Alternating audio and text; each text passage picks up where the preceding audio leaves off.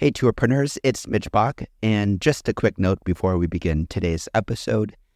Tourpreneur is currently sponsored by Google. We're thankful for their support of our community, and we are offering with them a completely free course helping you unlock the power and potential of Google's Things to Do program, which is specifically helping tour operators add their tours to Google in new ways that gives you new exposure and more direct bookings. To learn more, go to tourpreneur.com/Google. And as always, show notes, more resources, links to our newsletter, our business coaching community, and so much more are available on tourpreneur.com. Now to the episode. Welcome to the Tourpreneur podcast. Travel industry veteran Shane Whaley will take you on a journey with fellow tourpreneurs, sharing their tips, ideas, insights, and success stories to inspire you to make your tour business the best it can be. And now, here is your host, Shane Whaley. Hello and welcome to episode 156 of Tourpreneur. This is the podcast where we flatten the learning curve for tour operators and travel professionals around the world. Today, I am taking you on a trip to London. We're going to chat with the London storyteller, whose real name is Tom Barclay Matchett. The London storyteller shares the stories of the people, places, and personalities of what Tom calls the finest city on earth, London, of course.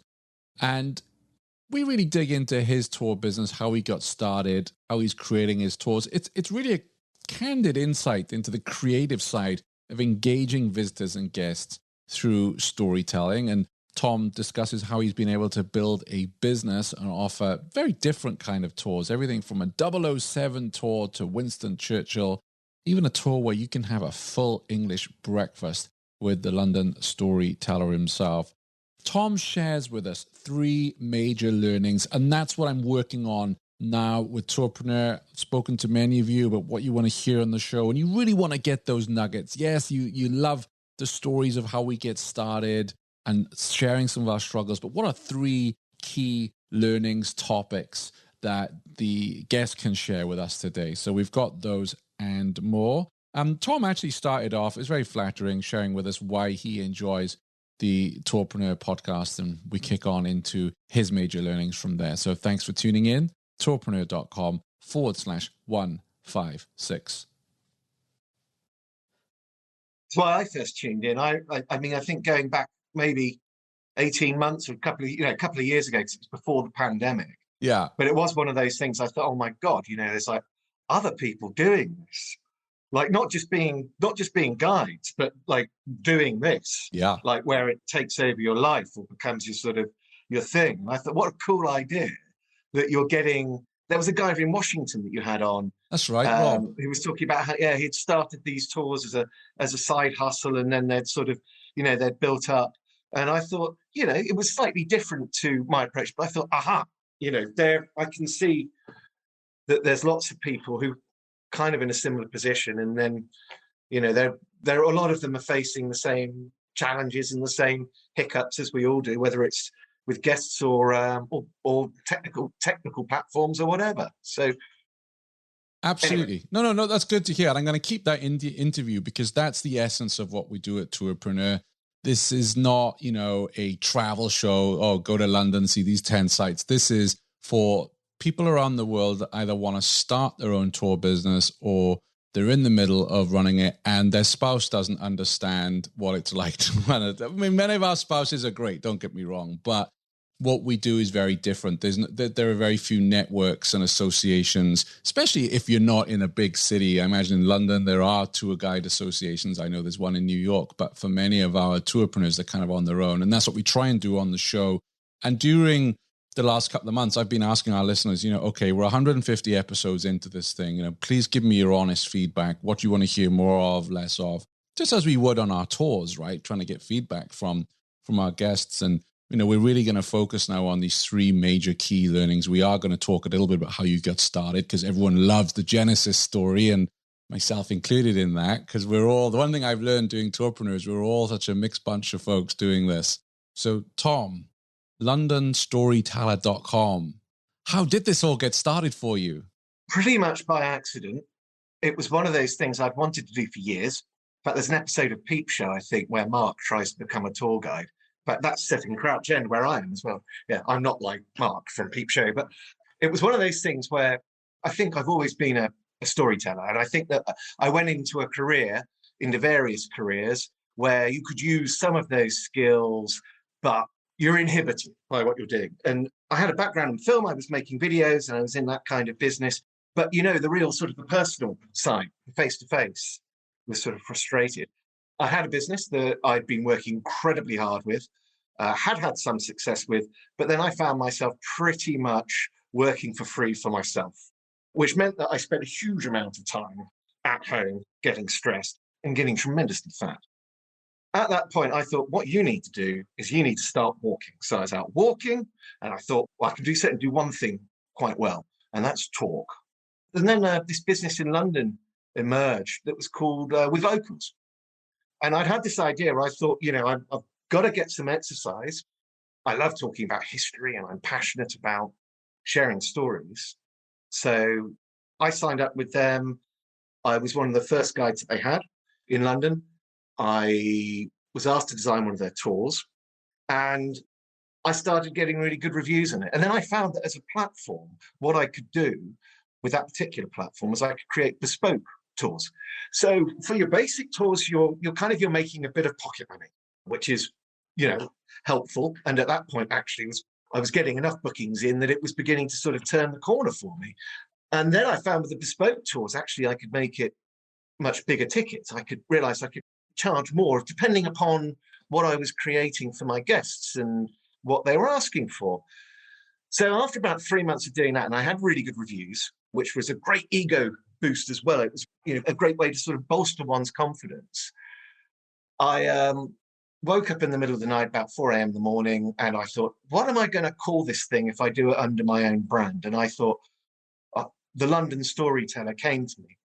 And from that moment, it kind of clicked. It was lots of years of running different businesses, working in different environments, involving things like branding and video and storytelling and the media and entertainment and such like. And it suddenly came together and clicked. So things like, my site I built from scratch. I do all the visual assets like a lot of people will be doing if they're self-starters. But I'd learned those skills over a period of years, even from when I was in bands, and you've got to create your own kind of your image. And I was able to take all of those lessons and apply it. And it's funny, actually, even with the tours, there were things that I'd learned when I started out 10, 15 years ago, where I was really terrible. And I had to learn to watch my audience. So once you've been really terrible at something, then you realize that you've got nothing to fear. You just need to keep on allowing yourself to get better. But that ability to sort of read your audience, which you learn from going up on a stage where you've got not much else apart from your wits about you, enables you to, I suppose, be able to hone something. So for me, it was the London Storyteller was a sort of a natural evolution out of all these things that I've done, all this hard work that I've put in. But I've never quite felt that it clicked. And this time it has. And it's taken me to places that I never expected to go. And I'm sure it will do again, many more in the future. Well, I'm a pre-COVID regular visitor to London. Love the place. And when I look at your website and I look at your tours, you hit a few notes for me personally. Well, actually, there's 4 in particular. So I'm a huge history buff. You have Churchill's London, discover the story of Sir Winston Churchill's life in London. I would be up for that. You have breakfast with a London storyteller. And here you are with the English breakfast that, of course, I have to make my own here in Vermont. So that appeals. You have the Swinging 60s London tour. And I think my favorite, because regular listeners know I also host another podcast called Spybrary, where we talk about spy books and movies and histories. And you have a 007 London tour. How on earth did you go about curating and designing all these different tours? Well, I think partly because the discipline that initially you had with locals when I was starting off, and which I moved into my own model, and I still do things with locals who are a great business, was that it was bespoke. And the way I saw it was, if the brief comes in, what you do is you do your research. I found myself sometimes actually creating tours and learning about things that I didn't really know much about before, but I got it down. In the case of things like Churchill, Bond, 60s rock and roll, and all these things, these are things that I've immersed myself in my life. And when I was doing these initial bespoke tours, I said, hey, I'm charging a bit more, but I'm being paid to learn. And that is a wonderful thing. When you sit down to do things like a tour about Churchill, I had to book in time for myself over a week or two, which for me is like a sort of a pre-production process, like I would have in making a video, where you're sitting down, you're studying, you're learning, you're immersing yourself in the subject. That's listening to a lot of audiobooks, it's reading books, it's spending a lot of time researching online, it's watching videos. And I have a pretty good baseline of knowledge with some of these things, but there's an awful lot of research that you do. That's a lot of work to invest in doing it. But at the same time, it's not work, is it? It's play. Yeah. So these are 4 different themes I pointed out here. You've got more. So those 4 themes, were they something that you just had a personal interest in and thought, I'm going to build a tour around it? Or was this feedback, or were you doing some kind of research on the tours you were giving where people's ears pricked up when you mentioned Churchill or 007 or Swing 60s? How did you realize that there would be a demand for the different tours? Yeah, to a certain degree, it is listening to the guests that you have, and you get that benefit through the day-to-day experience of doing things. The other angle is sitting down and looking at it and thinking, right, what does London have that we can do tours on, or we can create a sort of an experience around which are kind of ready to go? And I suppose the other thing to that is also, what are the things that I'm going to want to sit down for 2 to 3 weeks and really invest myself? And to a degree, what's my baseline level of knowledge? What do you think is going to be fun? I mean, I think this relates to reading your audience when you've had previous guests. I know everybody knows James Bond. Most people don't realise that the best James Bond is Roger Moore. I ask my guests, who is the best Bond? And I get some mad people say Pierce Brosnan, but it's very clearly Roger Moore. And I say Roger Moore. They say, well, how come you're allowed to say it's Roger Moore? And I say, because I'm the tour guide.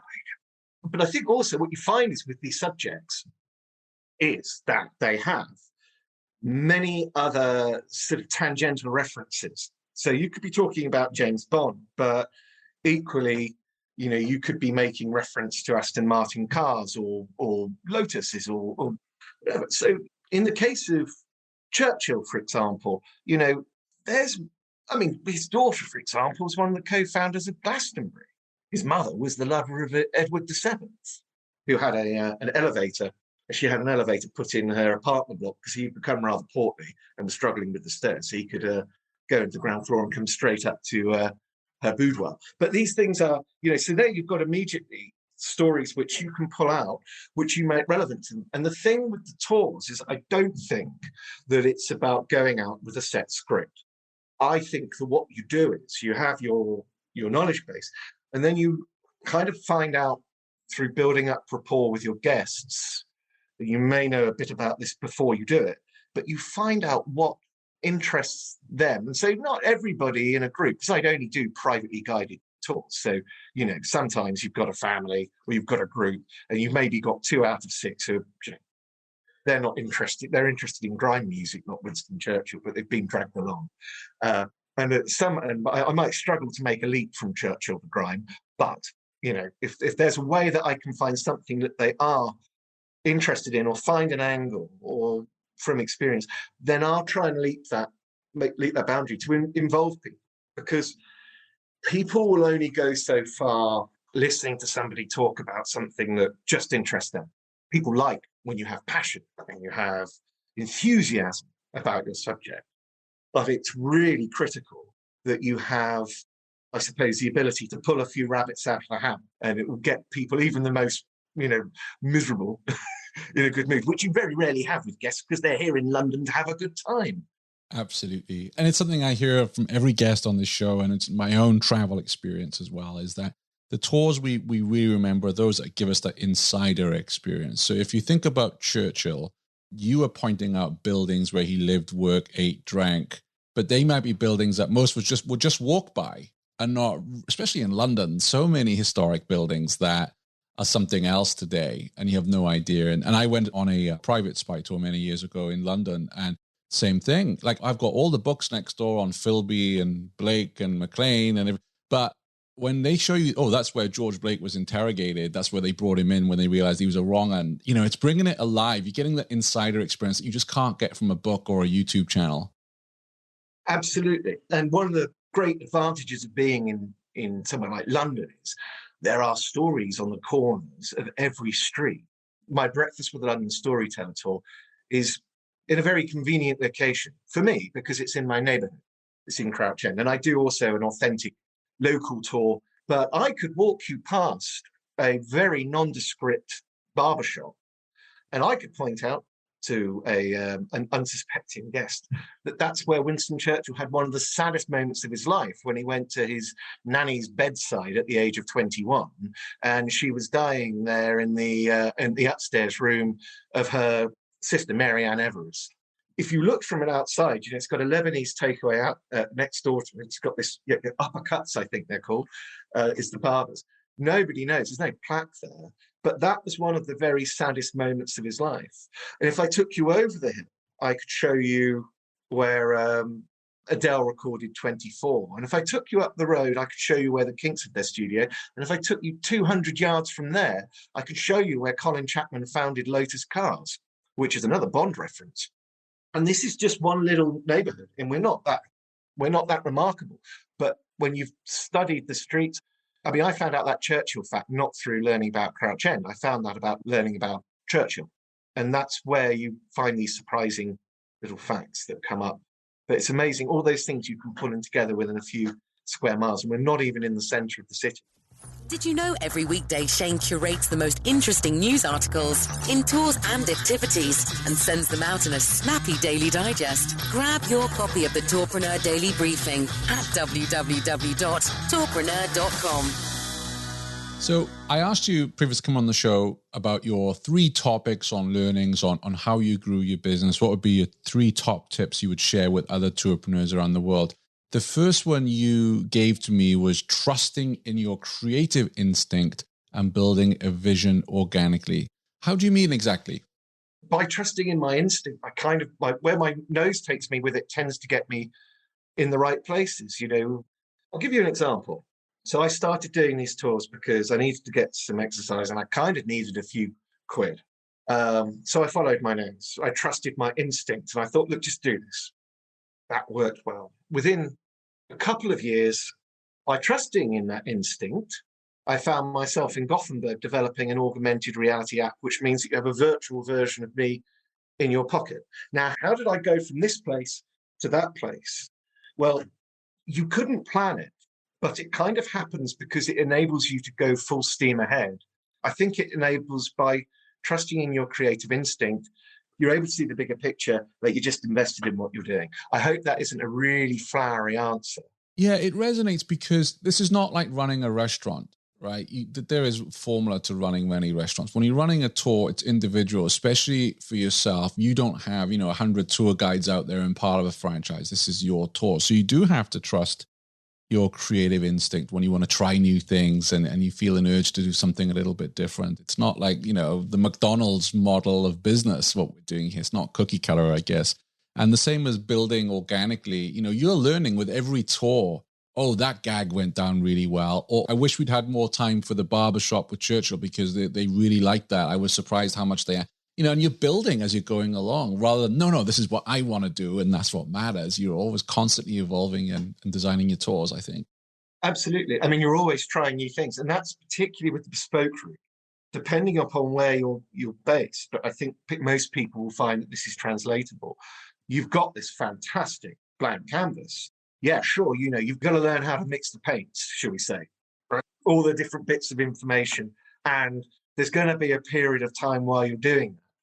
But the reward is that you're going to get all these people from all over the world that have come for one thing when they're with you, the vast majority of them, and that's to have a good time.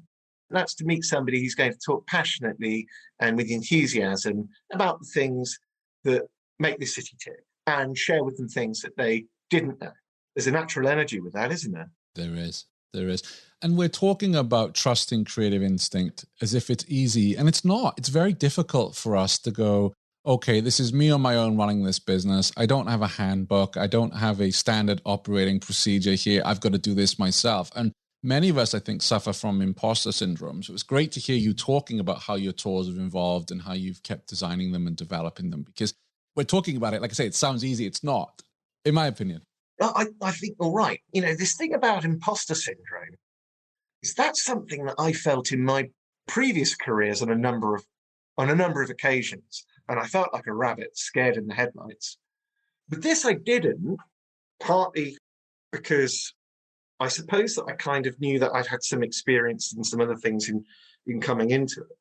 But also, I think that you can see from your reviews, I mean, it's very rarely that you do a job where you're going to get reviews, you're going to get feedback. I mean, I think the only bad review that I've had, and they're virtually all on With Locals, I think like the only bad review I've ever had was from somebody that didn't even turn up for the tour. I always ask my guests at the end of a tour, I hope you enjoyed it. And I do listen to them. And also I can read them. I mean, like, I can kind of tell if they're not having a good time. And I'll ask, that may well not be, it probably isn't down to me or you as a guide, as a host, because there could be any number of things that are going on. But it is this great thing that I think that one of the shields against imposter syndrome with this, which is a really interesting thing, is that, you're getting this feedback constantly. But also, you know what? If you do a tour, you have some guests where you think, I was stumbling around with that. I couldn't quite remember things, or I had to go and check notes. I don't use notes now. I have a tablet I show pictures from, but my first few tours were with some notes, I think like a lot of people do. But, what I learned from that was that basically if I had those awkward moments, I just went back and brushed up on it, because the thing is that unlike a lot of businesses where your guests are going to be, you have a client, and that client you have a relationship with over years and years and years. With guests on tours, it's kind of every time you do it, you've got a fresh blank sheet of paper. And the thing that you can take with you are the learnings from what where you've stumbled, or where, you think you could have done a better job, and the confidence that comes from lovely guests. And I think most people actually booking private tours, they want to meet the people that are doing their. That's why they've gone for a private tour experience. That's the lovely thing about the private tour model, is that you are actually able to really focus upon a particular group. Whereas if you've got like 30 people, as for people that have just, they signed up for like a tenner ago or something like that, that's a hard gig, because it's very hard to, relate to people as individuals. And a lot of it really, it's not just about things you tell people, but it's the things you ask them to find out and make it conversational. Absolutely agree. Your second major tip was play to your strengths. Small can also mean you are nimble and ambitious, especially when there is a digital disruption afoot in your sector. Identify and make new trends work for you. So let's deconstruct that one. So when you're talking about digital disruption, how has that affected you? Well, firstly, it created the opportunity, because With Locals were part of that digital disruption. And in past lives, I'd been part of digital disruption as well. In this particular case, what I was able to see was that there's a marketplace to create bespoke, personalized private experiences, and that those could be sold in terms of reputation and brand. And obviously underneath that sizzle is the stake, and that is and that's about building reviews. So the way I saw it was with the London Storyteller was that basically I don't need to compete with Expedia. I can see that there are lots of other tour operators in London, and it's a bit different at the moment with the pandemic, but I can create something which is true to me, which is authentic, which is an extension of myself, which is what the London Storyteller is, warts and all, for good and for bad. But because I'm nimble, because I'm small as a business, it doesn't mean I can't think big. And it doesn't mean I can't do innovative things. So, for example, Breakfast with the London Storyteller. There's a guy that runs the McLaren Formula One team. They're always banging on about he has his breakfast meetings, Zach Brown, and I thought, I wonder if I could do a Zach Brown. I wonder if I get to the point. Life has got to be going pretty well if somebody's going to pay you £100, Tom, to have breakfast and talk about things you're interested in. So we did it. In the same time, there are other projects which have come along where I began to sort of look at how, even though, it's a small business, but how can you think big? Well, you could charter speedboats and play Handel's water music and then Jimi Hendrix when you go through Tower Bridge and you're in a speed unrestricted zone and doing 32 knots. Now, that's a different kind of model, isn't it? It's not just doing tours, but it's creating an experience which is bespoke to particular guests. I realized that I think about 6 or 7 months into this, I had a group of guests from California. There were 3 families all together, lovely people. And I had an inquiry through a private travel agent in America. And it was the first time I was taking 4 figures a day. And what I had to create for them was a program over the course of a week, which had many different elements, things I hadn't done before. But, I found a coach firm, a small coach firm, and we privately chartered a coach. I took them to Oxford.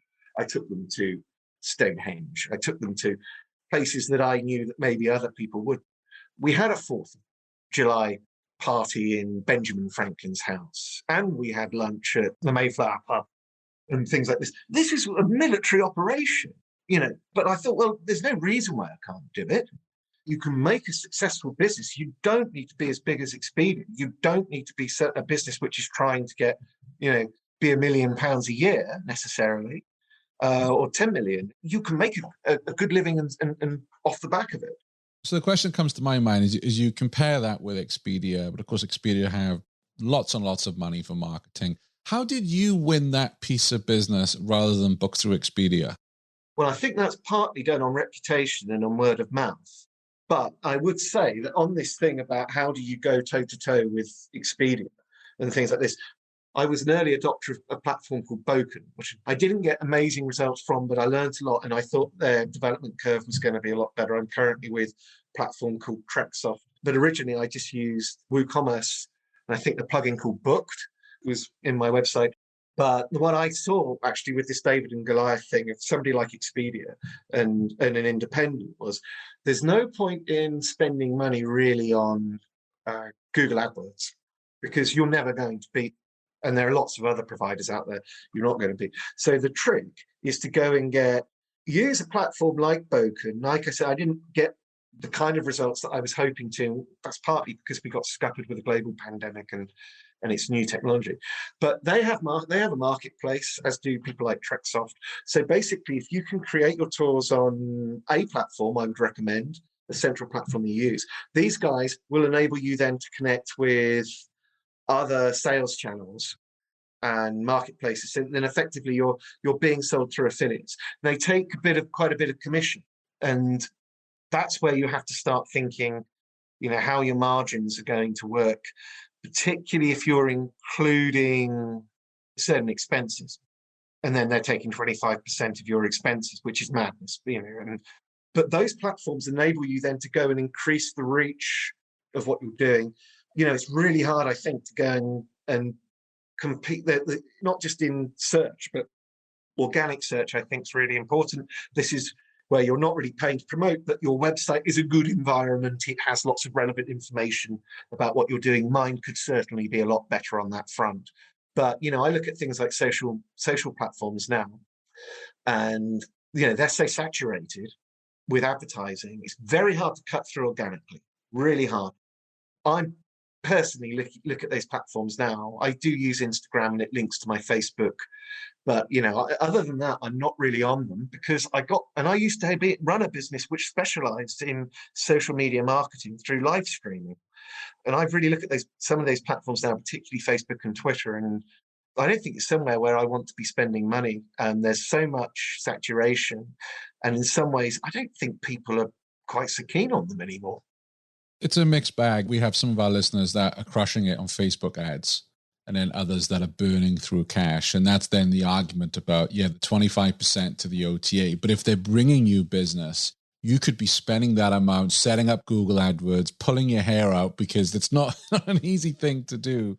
So we're seeing a mixed bag with some people who've had quite a lot of success with Facebook ads. But, with these new technologies, so TikTok, I'm a big football fan. I watched most of the Euros, and TikTok was spending millions of dollars on sponsoring that. And even I started to think, well, maybe I need to take this TikTok seriously then. If they're having their brand all over every football match, is that something that's going to come into play? But the question always is bandwidth. How much time do we have? And also going back to your first point about being creative, maybe you're not good on video, right? Or good with images, or you're not a great photographer. It's knowing where your skills are and where you can be authentic. Don't try and be one of these influencers or celebrities if you're not comfortable with it.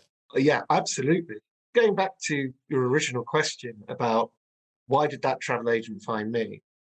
I looked at my website really as being a shopfront, not necessarily to sell tours. I do sell tours through it, but I looked at it as a shopfront where what the London Storyteller is and what the London Storyteller could be is presented, as honestly as I can. And it just meant that when they found it, like a good travel agent, if they've had a good word of mouth recommendation, they go on your website and it looks like a nice website, and also kind of what you're presenting feels good to them. People look for different things. I'm sure that, if you were looking for a football tour in London, you wouldn't book somebody like me. I don't know much about football. I'm a Spurs fan. Yeah, absolutely. But this is what I want to say, though, is so we didn't know each other prior to connecting through Tourpreneur. I looked at your website, and, I look at hundreds of tour operator websites every week. And I immediately went to your description of your 007 London tour. That's something, as I said, I have a big interest in. And I could immediately see one of the biggest reasons why I'm like, I want to book a tour with this guy is you have in big letters, keeping the British end up, which I'm sorry to get nerdy and geeky. If you're a Roger Moore James Bond fan, you know what movie that's from.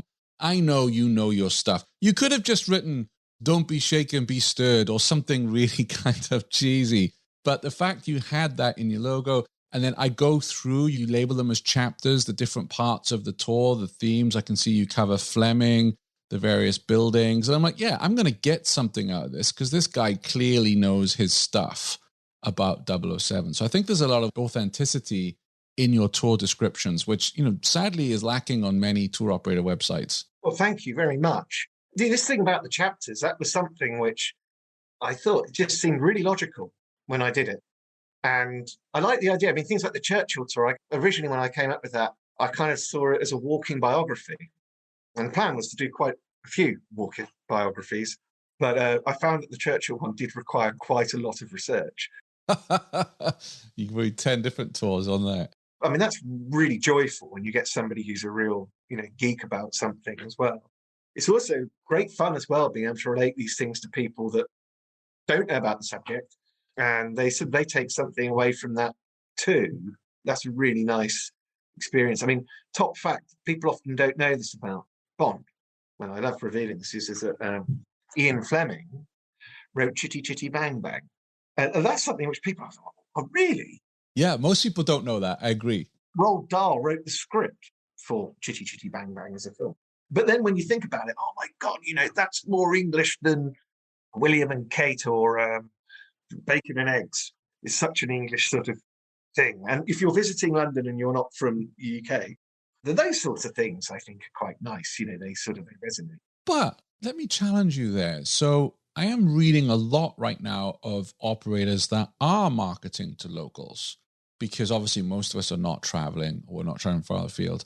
And I know for a fact, when I was living in London many moons ago, if I saw your 007 tour, I'd be coming on it. And I know there are lots of 007 fans who are in the UK. So maybe that is something, we can discuss it off air if you like, but maybe that's also another area of marketing for you to say, okay, I know there are James Bond fans in the UK. I know there's plenty around London and the home counties. Why aren't they coming on my tour? Yeah, that's a very astute observation, actually. I did think, I've written down notes various times during the pandemic where it's like, because most 70% of my business was from America. and sort of the next 25% or so was from the EU, or 20% from the EU, maybe 10% Australia. And so, I thought, right, during this pandemic, what can save the day? And I thought, it's got to be Bond, Churchill, and the Royals. Those three topics. The other one actually is probably Samuel Pepys that I've been developing a new tour for, which everybody who's gone to school in Britain knows about Samuel Pepys and the Great Plague. And I spent a lot of time during the first lockdown reading his diaries for my YouTube channel, because it was the only way to keep yourself sane while you're in lockdown and not able to be out being the London storyteller. But why haven't I marketed more to domestic markets? Well, I think it's partly because we've been solidly locked down. So I've been really quite careful with it. I mean, just most of this year's been blown out of the water, really. I've only had a few tours since the restrictions began to lift in. And I suppose that we'll have to see. I mean, I think that probably will be part of the backbone. Depending on when people are listening to this, hopefully there are green lights between US and UK. As we're recording this, President Biden has met with Merkel in Germany, and Biden's turned around and said, I'm looking at it. I want to get transatlantic open. So who knows? By the time this is aired, Americans can travel to UK and vice versa again. Let's hope, because, I'm jonesing to get home for a trip myself and to get to Europe. It's been almost 2 years. So maybe we won't have to worry about marketing locally. Maybe we'll be back to normal with people coming in. I know people can't wait to travel. I really hope so. Shane. I think that also, to a certain degree as well, this kind of evolving your business takes time. And one of the things which the last couple of years has given me is, I suppose, the last year and a half with the pandemic now, sadly, has given me a chance to sort of evolve what I'm doing and evolve what my presence is. So I think in the future, the way in which I position my business is going to be, or the London Storyteller is going to maybe be slightly different in that respect. I think in this country also, though, there is a bit of a weird wall between London and the rest of the country. And that's something that we've seen in the city certainly over the last 12 or 18 months. London's expensive if you're in other parts of the UK. It is. I found a video on my iMovie the other day from July last year, or June last year, and there's a video clip that I did the day before outside Buckingham Palace. And there was nobody there. And then the next day, driving into Wells next to the sea in Norfolk, I videoed the quayside there. And, it was packed like Woodstock. It was like a festival, And that's something that really, in the UK particularly, London, people they've gone to the seaside. I want to get on to your third tip before we wrap up here, but I agree with you on that. And I was getting frustrated when I kept reading online from certain industry commentators, travel is back. And on our Facebook group, I put a poll up, is travel back? And it was such a mixed bag. There were some people that were going, oh, we're crushing records here in the US Virgin Islands or in Nebraska. And then there were people in cities like New York City and DC that were like, yeah, the phone isn't ringing. I'm not taking any bookings. So it is very dependent on destination in terms of where travel is back. I want to get on to your third tip. So you said the importance of fulfilling your brief to your audience to give them an exceptional experience. I treat my guests the same way I used to read an audience when performing as a musician, and the same techniques I used when I was a sales professional in a former life. They are one and the same. Could you share a couple of your secret tips and tricks about how you are reading an audience based on your experience as a musician, as a sales pro? I suppose the right kind of questions about how people feel, or if you know that there are particular lines of inquiry in the stories that you want to share, whether or not that might be something of interest to them. I mean, for example, with James Bond, who is your favourite Bond? Is it Roger Moore? Is it Sean Connery? Or whatever? Well, if somebody says, I absolutely, and it never happens, but I think he was one of those, they say, I absolutely love Timothy Dalton. Then I know that I'm going to be talking with them shortly about the Aston Martin Vantage V8, which is the best Aston Martin and the one that he uses in The Living Daylights. I'll probably mention how the car radio in it was the same that my father had in his Vauxhall Cavalier. And that is a sort of a reference to somebody's. So that's one thing. I'll try and pick up, for example, with I call it swinging 60s, but actually it's art and music, because this was kind of what I studied at university. obviously you've got obvious questions there where you want to kind of measure like how much knowledge somebody has about something. So who are their favorite bands from that era?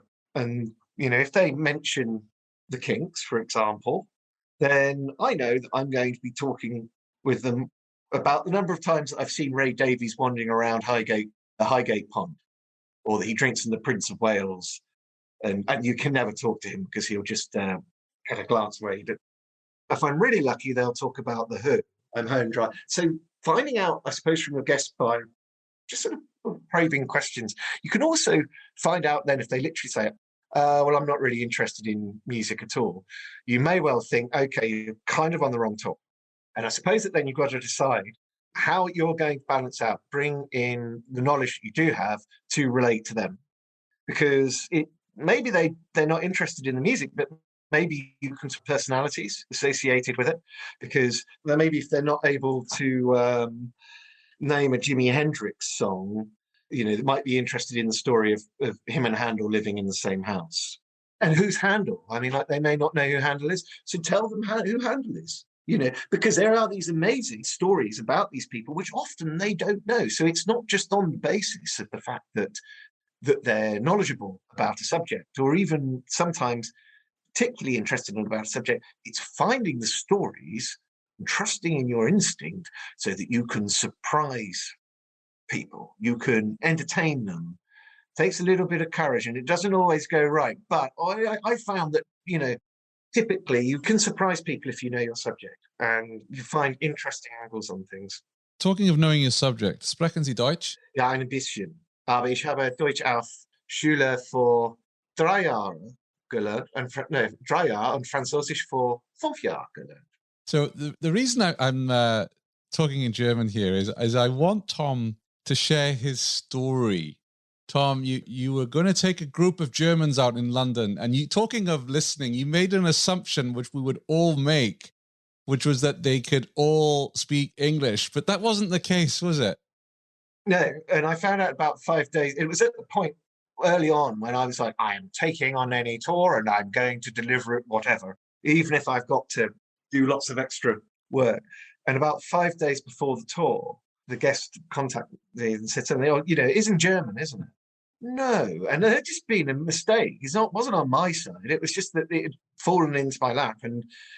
And so I said, well, I'm very happy to do the tour, but I haven't really spoken German since I was in secondary school. I think I got a B in GCSE history. And I said, yeah, that's okay. So it's a group of about 9 Germans that were actually sort of part of like an adult learning course.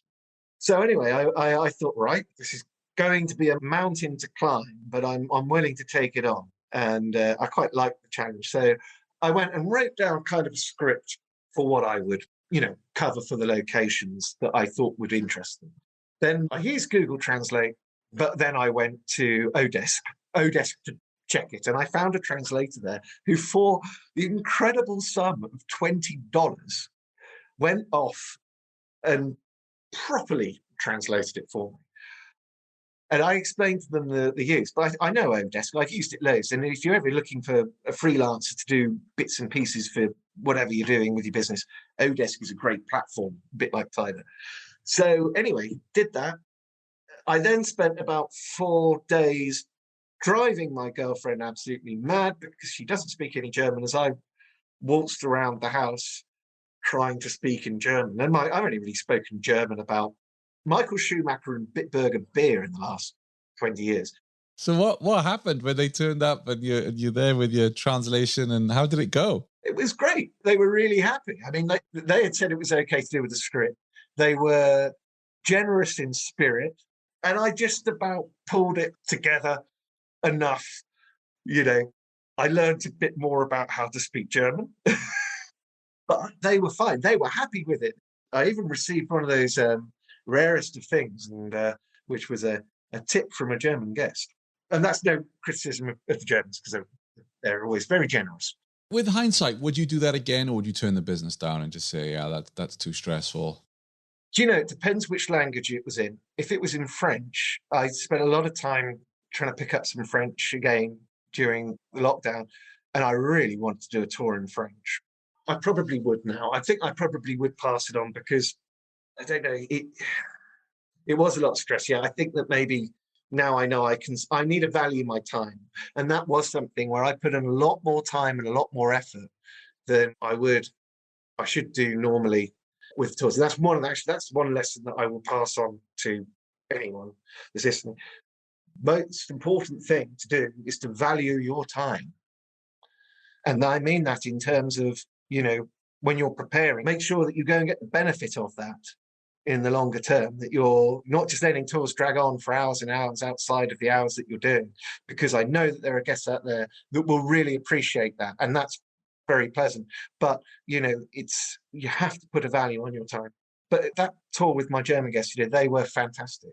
They were really great people, as are like 99% of the guests that I have. And I guess that actually, when I talk about valuing your time, I don't want to be too mercenary about it, because I know that part of the joy of doing what we're doing, part of the great fortune is it is fun. It's great to spend time with other people. It's great to meet other people and to be able to share what you're passionate about. But as a business, you do have to get to the point where you think, if I put in a lot of research into something, I should be charging top dollar because I'm worth it. And that's universally true for anybody that's doing tours. If you've put the work in to get it down to a T, you really should, make sure you value your time as best you can. Well, talking of time, we're out of it, which is a shame because I could speak to you and chat with you for hours. But I promise you, when we're allowed to fly to London, I'm coming home and I will be booking a tour with you. It'll either be the 007 tour or the Churchill tour. But I also, for our other podcast, Spybury, will be hosting a meetup in London at some point. So we'll have to have a chat about maybe having us all come on your tour. I think that would be a great thing to do. That would be lovely. And thank you so much for your time. And I really enjoyed it. And I've been enjoying Tourpreneur for quite some time. Thank you. And you can find all of Tom's tours at thelondonstoryteller.com. Show notes will be at tourpreneur.com/156. If you enjoyed it, I know you enjoyed today's episode. Do share it with your friends and peers in the tour and activity industry. That's Tourpreneur. Cheerio. Thanks for listening to the Tourpreneur podcast. Be sure to visit tourpreneur.com to join the conversation and access the show notes, including links to the resources mentioned on today's episode. This is Tourpreneur.